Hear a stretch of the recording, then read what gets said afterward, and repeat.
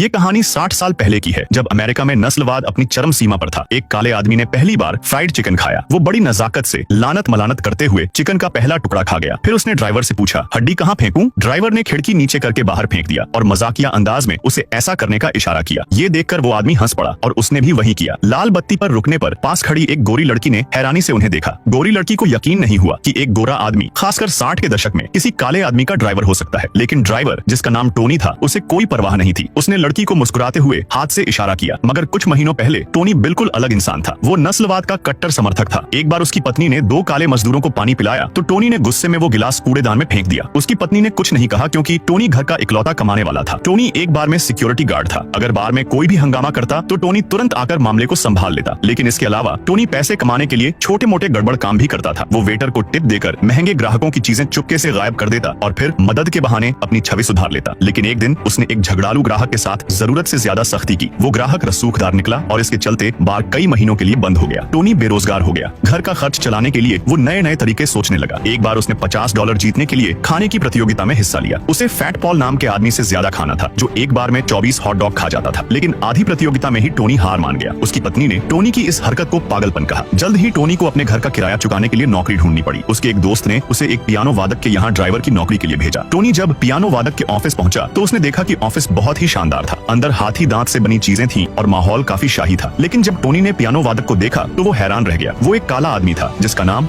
Don Shirley था। Doctor Shirley ने Tony से पहला सवाल किया, क्या तुम एक काले आदमी के लिए काम करने को तैयार हो? टोनी ने पहले तो मना किया, लेकिन हालात के आगे झुकना पड़ा। शर्ली को ड्राइवर के अलावा एक ऐसा आदमी चाहिए था जो उनके साथ दक्षिण अमेरिका के राज्यों में उनके संगीत के दौरे पर जा सके। दक्षिण के राज्यों में नस्लवाद बहुत ज्यादा था और ऐसे माहौल में एक काले आदमी का सुरक्षित सफर करना मुश्किल था। टोनी को हर हफ्ते $100। टोनी ने आखिरकार हिम्मत कर ली। पूरे 8 हफ्तों का काम, हर हफ्ते $100 की कमाई और साथ में खाना रहना भी। लेकिन एक काले आदमी के लिए नौकर बनने की बात उसे बिल्कुल मंजूर नहीं थी। गाने की रिकॉर्डिंग कंपनी ने टोनी का नाम कई बार सुना था। लोग उसकी समस्याएं हल करने की काबिलियत के कायल थे। यही वजह थी कि शर्ली ने खुद टोनी को फोन किया। हालांकि टोनी ने अपनी शर्तें रख दी। वो $125 प्रति हफ्ते मांगा और साफ कह दिया कि वो किसी का नौकर नहीं बनेगा। तेज पैसे कमाने के और भी रास्ते थे। टोनी दोस्तों के लिए छोटे मोटे काम करता जिन्हें पुलिस से छुपाकर किया जा सके। इनसे वो मोटी रकम कमा सकता था और शायद दोबारा बार में काम करने की जरूरत भी नहीं पड़ती। लेकिन टोनी के पास अपनी एक सीमा थी। वो कभी ऐसा काम नहीं करता जिससे उसे या उसके परिवार को खतरा हो। वो अपनी सबसे पसंदीदा घड़ी तक बेच सकता था, लेकिन गलत रास्ता नहीं अपनाता। अगली सुबह शर्ली ने फोन किया और टोनी की सभी शर्तें मान ली। उन्होंने ये भी पूछा कि क्या टोनी की पत्नी इस लंबे समय के लिए उससे अलग होने को तैयार है। हालांकि उसकी पत्नी इस फैसले से दुखी थी, लेकिन टोनी को ये काम करना था। आखिरकार वो हर दिन 26 हॉट डॉग खाकर घर नहीं चला सकता था। रवानगी से पहले रिकॉर्डिंग कंपनी ने टोनी को एक ग्रीन बुक दी। इस बुक का नाम था ग्रीन बुक्स। इसमें उन सभी होटलों और रेस्तरां का जिक्र था जो दक्षिण अमेरिका में काले लोगों का स्वागत करते थे। इस किताब के साथ टोनी और शर्ली ने अपना सफर शुरू किया।